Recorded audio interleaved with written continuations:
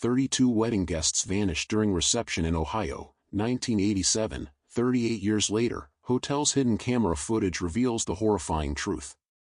What if I told you that on a perfect summer evening in 1987, 32 people simply vanished? Not from a remote forest or an abandoned building, but from the middle of a wedding reception, surrounded by over 200 other guests.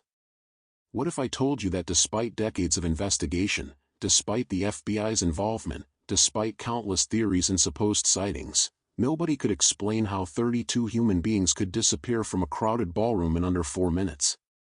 Tonight, after 38 years of silence, we finally have the answer. And trust me, you're not prepared for what really happened at the Grandview Hotel in Cleveland, Ohio, on July 18, 1987. Welcome back to The Ultimate Stories. I'm your host, and today we're diving into one of America's most baffling disappearances, a case that stumped law enforcement, shattered families, and left an entire community questioning everything they thought they knew about reality itself. Let me paint you a picture of what should have been the perfect wedding day. Sarah Michelle Coleman was 24 years old, a kindergarten teacher from Lakewood, Ohio. Her fiancé, Michael David Patterson, 26, worked as an electrical engineer at a local manufacturing company. They had been high school sweethearts, the kind of couple that everyone said were meant to be together. Their wedding was set for Saturday, July 18, 1987, at the prestigious Grandview Hotel in downtown Cleveland.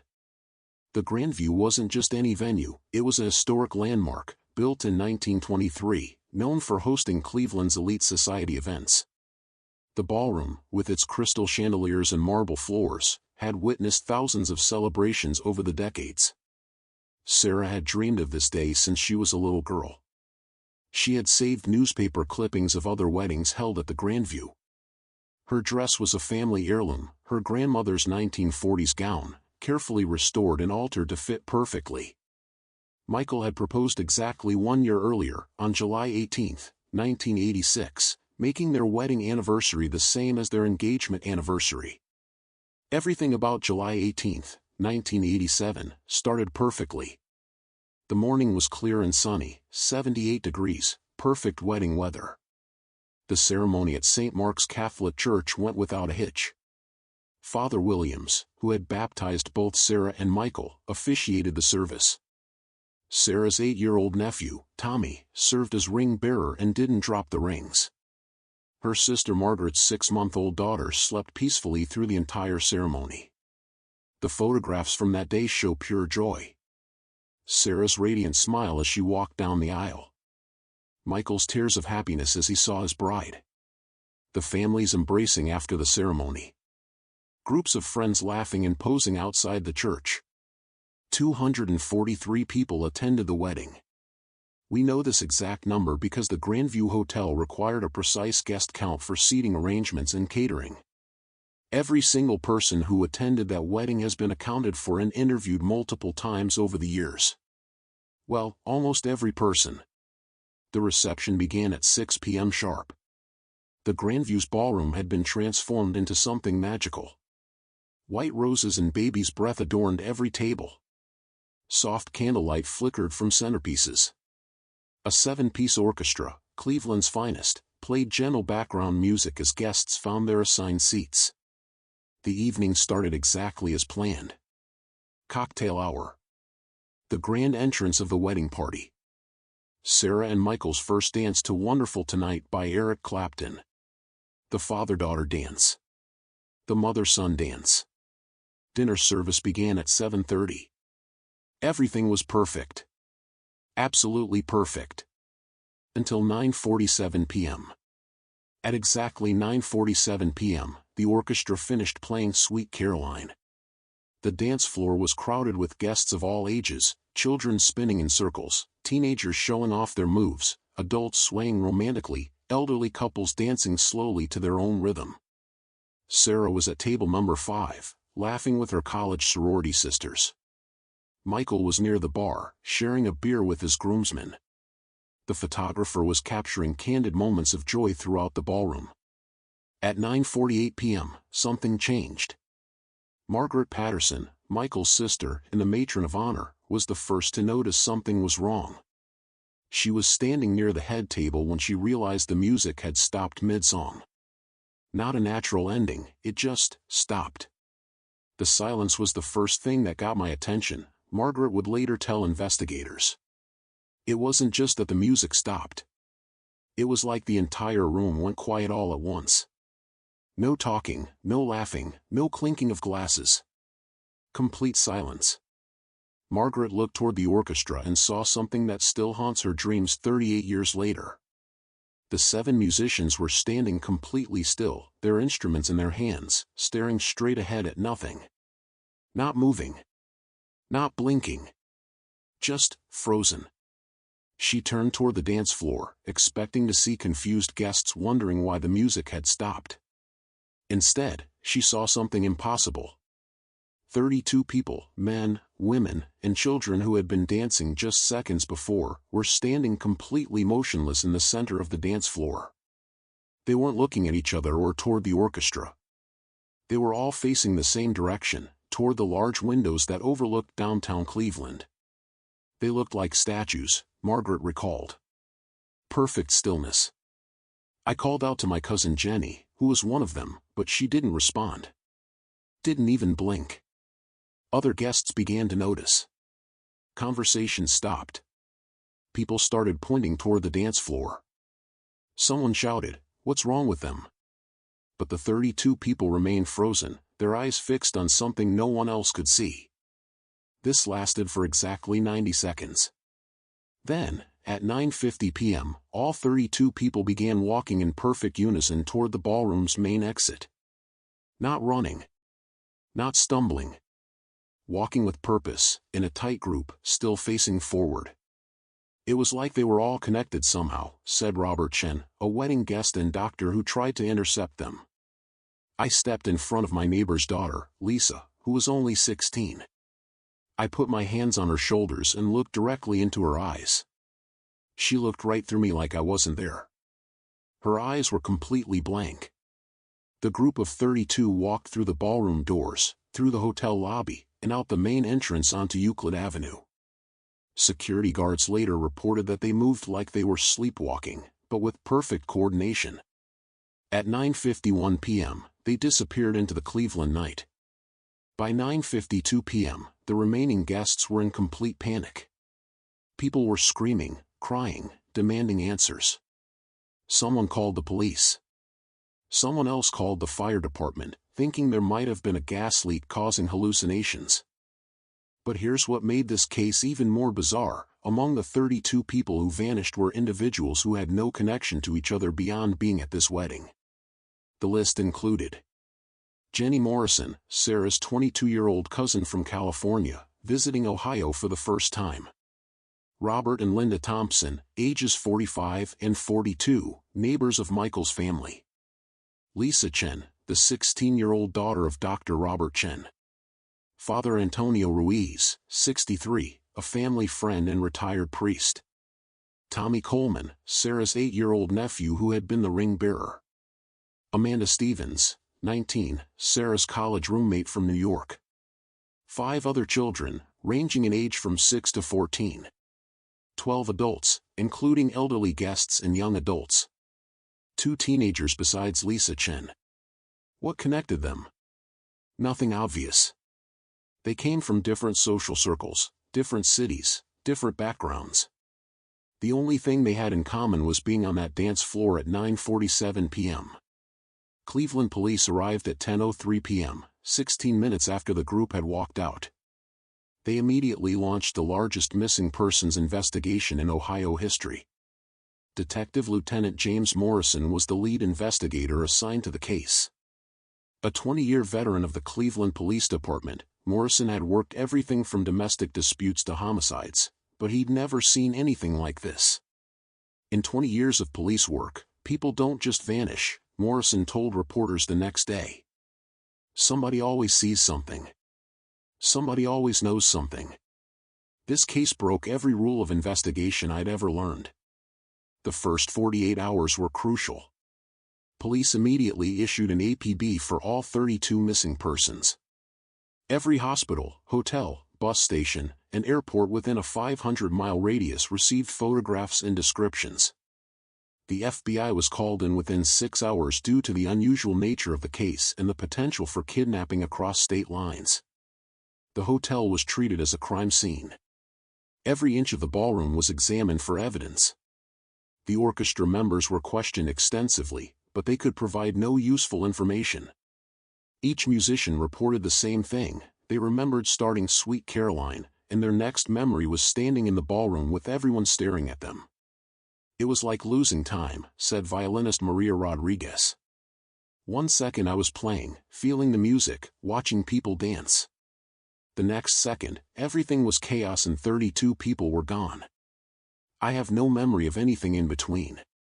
The medical examiner tested the remaining food and drinks for drugs or toxins. Nothing unusual was found. Air quality experts examined the ballroom for gas leaks or chemical contamination. The building was clean. Security footage from the hotel's exterior cameras showed the group of 32 walking out of the building at 9:51 p.m., just as witnesses had described. They moved in a tight formation, walked approximately 2 blocks east on Euclid Avenue, and then, the trail went cold. Here's where it gets even stranger: multiple city traffic cameras should have captured their continued movement through downtown Cleveland. But every traffic camera along their route experienced technical difficulties between 9:50 p.m. and 10:15 p.m. that night.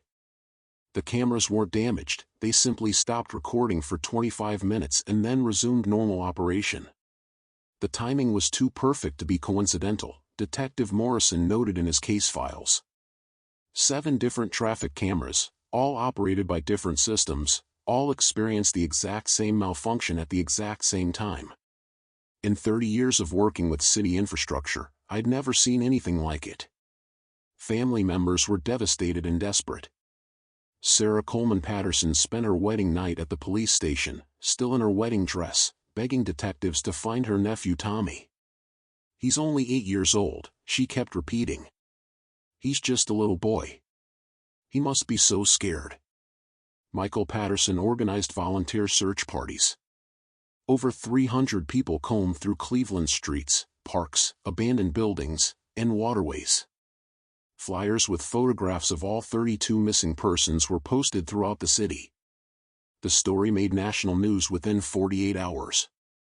32 wedding guests vanish in Cleveland became a headline across America. Theories range from mass kidnapping to alien abduction to some kind of elaborate cult recruitment. Psychics claim to have visions of the missing people. Tips poured in from across the country, sightings in Florida, California, Canada. Every lead was investigated. Every tip was followed up. None led anywhere. The FBI brought in behavioral analysts who created psychological profiles of all 32 missing individuals. They found no common personality traits, no shared interests or beliefs that might explain why these specific people had been targeted. "We were looking for patterns that simply didn't exist," FBI agent Patricia Wells explained. "Random age distribution, random geographic origins, random social and economic backgrounds. If someone had deliberately selected these 32 people, we couldn't figure out their selection criteria." Days turned into weeks. Weeks turned into months. The investigation consumed over 10,000 man-hours of police work. The FBI interviewed more than 800 people. Not a single credible lead emerged. By December 1987, 5 months after the wedding, the case was classified as inactive but remained open. The families never stopped hoping, never stopped searching, but law enforcement had exhausted every possible avenue of investigation. The case became Cleveland folklore. The Grandview Hotel mystery was featured in books about unexplained disappearances. Paranormal investigators claimed the hotel was built on cursed ground. Conspiracy theorists suggested government cover-ups. But the truth remained hidden for 38 years. Until 3 months ago. In March 2025, the Grandview Hotel underwent a major renovation project. The building had changed hands several times since 1987, and new owners decided to modernize the entire structure while preserving its historic character. During demolition of a wall in the hotel's basement, construction workers made an unusual discovery. Hidden behind a false wall, they found a small room that didn't appear on any of the building's architectural plans. The room was approximately 10 feet by 12 feet, with no windows and a single entrance that had been sealed with concrete blocks. Inside the room, workers found outdated surveillance equipment, cameras, recording devices, and monitors from the 1980s. Everything was still connected and, remarkably, still functional. Hotel owner Patricia Kellerman immediately contacted police. Detective Sarah Martinez, who had grown up hearing stories about the Grandview Hotel mystery, recognized the potential significance of the discovery. "When I saw that equipment, I knew we might finally have answers," Detective Martinez explained. The technology was consistent with 1987, and it was positioned to monitor the ballroom without being detected. The surveillance system contained dozens of videotapes stored in a climate-controlled cabinet. Most were blank or contained routine hotel footage from the 1980s. But one tape was labeled in handwriting, July 18, 1987, event documentation. Detective Martinez watched the tape with FBI agent David Kim and cold case investigator Robert Torres. What they saw changed everything. The footage showed the ballroom during the Coleman Patterson wedding reception, but from angles impossible to achieve with the hotel's known security cameras. Someone had installed hidden cameras throughout the ballroom specifically to record this event. The tape captured everything: the normal celebration, the moment the music stopped, the 32 people freezing in place, and their coordinated exit from the building. But it also captured something no witness had seen. In the bottom right corner of the ballroom, barely visible in the shadows near the service entrance, stood a man in a dark suit. He was not a wedding guest. He was not hotel staff.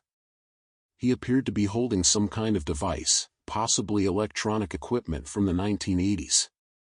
The quality wasn't perfect, but we could see him clearly enough, Agent Kim noted. He was operating something throughout the time period when people were frozen. When the 32 guests began walking toward the exit, he followed them out through the service entrance. The tape continued recording after the main ballroom emptied. It showed the panic of the remaining guests, the arrival of police, and the beginning of the investigation. Most importantly, it showed the mysterious man returning to the ballroom 45 minutes later, walking directly to his previous position, and retrieving his equipment. He knew exactly where the hidden cameras were, Detective Martinez observed. He looked directly at one of them before leaving. This wasn't random. This was planned. But who was he? And what had happened to the 32 missing people? The hidden footage provided the first real lead in 38 years, but identifying the mysterious man proved challenging. The video quality made facial recognition difficult, and no witnesses from the wedding remembered seeing him. Detective Martinez and Agent Kim began researching the history of the Grandview Hotel, looking for any connection to the sophisticated surveillance system. Property records revealed something interesting. From 1983 to 1991, the hotel's basement had been leased to a company called Neurological Research Associates. NRA was a small firm that claimed to study human behavior and group psychology. Their lease agreement gave them access to install research monitoring equipment throughout the hotel for academic studies of social interactions during events. Further investigation revealed that NRA was founded by Dr. Marcus Webb, a former psychology professor at Case Western Reserve University who had been dismissed in 1982 for unethical research practices involving human subjects. Dr. Webb's academic background was disturbing. His published papers focused on behavioral modification through environmental manipulation and induced dissociative states in group settings. Several colleagues had filed complaints about his experiments with graduate students, claiming he was attempting to control human behavior through unknown methods. Webb was obsessed with the idea that human consciousness could be artificially manipulated, explained Dr. Linda Carson, a psychology professor who had known Webb in the 1980s. He believed he could induce trance states in multiple people simultaneously and control their actions remotely. the FBI located Dr. Webb's last known address, a farmhouse outside Akron, Ohio, about 60 miles from Cleveland. The property had been abandoned since 1991, but investigators found evidence of extensive underground facilities. In Webb's abandoned laboratory, they discovered detailed plans for what he called Project Collective Mind. The documents outlined experiments designed to test mass behavioral control through targeted electromagnetic manipulation of neural pathways. Webb had been using the Grandview Hotel as his testing ground. He had studied guest behavior during events throughout the 1980s, refining his techniques for what he called synchronized neural disruption. The Coleman-Patterson wedding was intended to be his masterpiece, the first successful demonstration of complete mind control over a large group. But the documents revealed something even more chilling. Webb hadn't just controlled the 32 people during those 4 minutes at the wedding. He had successfully transported them to his laboratory facility for extended observation and experimentation. In Webb's laboratory notes, investigators found detailed records of every person who had disappeared from the wedding. He had been monitoring the guest list for weeks, studying seating charts and identifying individuals who would be positioned optimally for his experiment. The 32 people weren't chosen randomly. They were specifically selected based on their location in the ballroom at the precise moment Webb activated his device. Webb had calculated exact distances and angles, Agent Kim explained. His electromagnetic device could only affect people within a specific radius and facing a certain direction. The 32 people who vanished were simply in the wrong place at the wrong time. Webb's notes described the transportation process in clinical detail. The 32 individuals were loaded into specially equipped vehicles and brought to his underground facility while in their controlled state. He intended to keep them for extended behavioral modification research to perfect his mind control techniques. But something went wrong with Webb's experiment. According to his own notes, the electromagnetic device that had induced the trance state had also caused unexpected neurological damage. The 32 subjects began experiencing seizures and other complications within hours of arriving at his facility. Webb, a psychologist with no medical training, was unprepared to handle serious medical emergencies. His notes show increasing panic as his subjects' conditions deteriorated. By July 20th, 2 days after the wedding, Webb realized that all 32 people were going to die from the neurological trauma his device had caused. His experimental triumph had become a mass murder.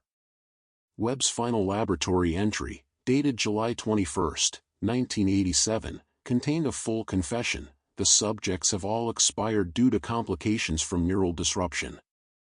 I have failed to account for individual variations in electromagnetic sensitivity. This project must be terminated immediately. But where were the bodies? FBI excavation teams spent 2 weeks searching Webb's property. Ground-penetrating radar identified multiple burial sites in a wooded area behind the laboratory. Over the course of 10 days, they recovered the remains of 31 individuals. One set of remains was never found: 8-year-old Tommy Coleman, Sarah's nephew who had served as ring-bearer. The discovery of 31 bodies confirmed the worst fears of families who had spent 38 years hoping their loved ones were still alive. DNA testing verified the identities of every victim, bringing closure to decades of uncertainty. But one question remained: what happened to Tommy Coleman? Webb's notes mention Tommy specifically several times. Unlike the adult subjects, the 8-year-old boy had shown unusual resistance to electromagnetic manipulation and had regained consciousness prematurely during transportation. Webb wrote that Tommy had tried to escape from the facility on July 19, the day after the wedding. Security footage from Webb's laboratory showed Tommy running through the underground corridors, calling for his parents. Webb's notes indicated that Tommy had somehow found an exit from the underground facility and had escaped into the surrounding woods. Webb had searched for the boy for 2 days but never found him. Tommy was the only one who fought back, Detective Martinez explained. Whatever Webb had done to control the others didn't work completely on him, probably because children's brains develop differently than adults. But if Tommy had escaped in July 1987, where was he now? A child couldn't survive alone in the woods for 38 years. The breakthrough came from an unexpected source: genealogy databases. FBI genealogist Maria Santos used DNA samples from Tommy's remains to search for genetic matches in public databases. In April 2025, she found a hit. A man named Thomas Cole, age 46, living in Portland, Oregon, was a 99.7% genetic match to Tommy Coleman. Thomas Cole had been adopted in August 1987 by a family in Akron, Ohio. The adoption records showed that an 8-year-old boy had been found wandering in a state park, suffering from severe trauma and memory loss. Social services had been unable to identify him because he could only remember his first name. The adopting family, John and Patricia Cole, had given him the surname Cole and raised him as Thomas Cole. He had no memory of his life before the adoption, a condition doctors had attributed to severe psychological trauma. FBI agents contacted Thomas Cole in Portland, where he worked as a software engineer and lived with his wife and 2 children. When they explained the situation, Thomas was initially skeptical until they showed him photographs from the Coleman-Patterson wedding. "I saw the picture of myself in that little tuxedo, and something clicked," Thomas later told reporters.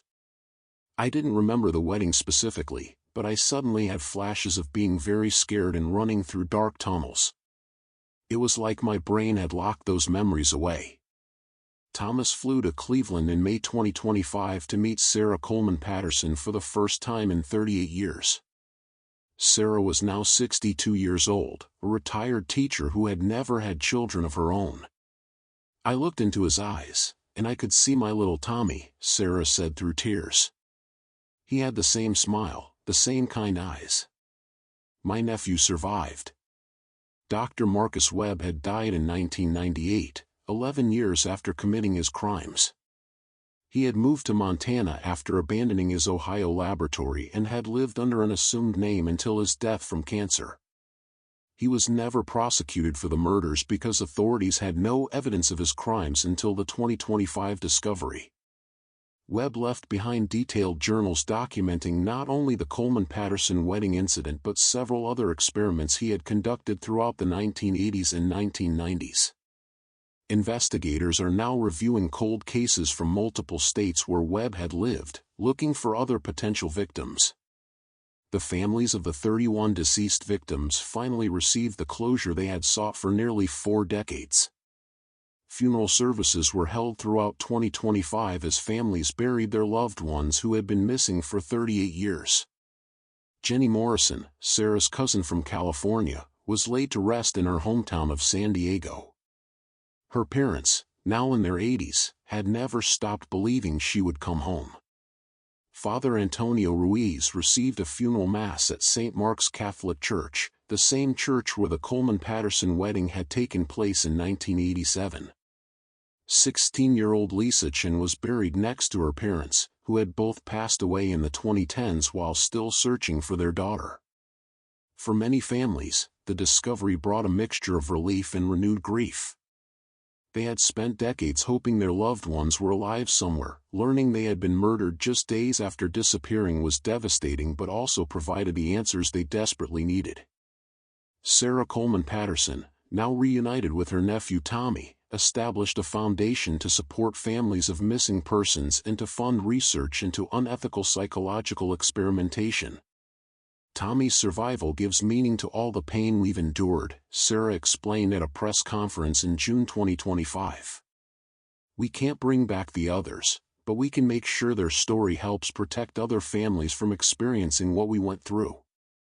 Thomas Cole, formerly Tommy Coleman, began working with therapists to recover more memories from his childhood.